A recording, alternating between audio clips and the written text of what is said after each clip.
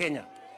Mambo ya kupiganisha vijana wetu, ati viongozi wanatoa pesa ati kulipa vijana wachukue mawe, wapigane, wapige polisi, waharibu mali ya umma, waharibu biashara ya watu. Hiyo haitafanyika tena katika taifa letu la Kenya.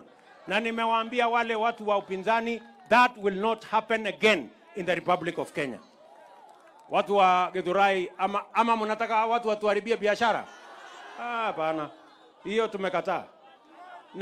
Na wafanya ile wanataka, lakini mambo ya vita hapana. Ama namna gani? Sisi ni nchi ya demokrasia.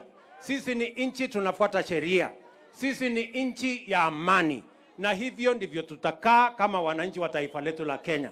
Maneno hiyo ingine yote, na tumewaambia ile vitisho walikuwa naye ati ndio wapate serikali nusu mkate, haitafanyika tena. Haiwezekani. Sijui kama tunaelewana. Na hawa watu nitawakalia ngumu.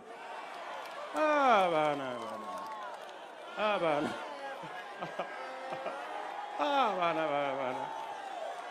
Ama namna gani? Si ndio? Kwani mtu ambaye anataka kuharibu biashara ya mwingine anapembelezwa?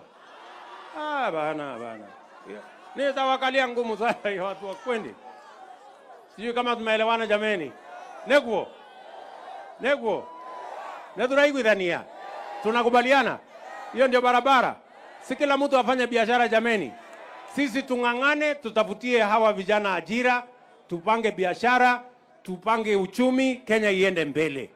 Mambo ya vita, no. Haya, mimi nimemaliza na story yangu.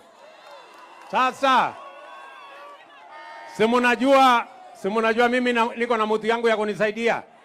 Hii kazi mlinipatia. Mnajua mtu anaitwa Rigiji? Unajua mtu anaitwa Rigiji?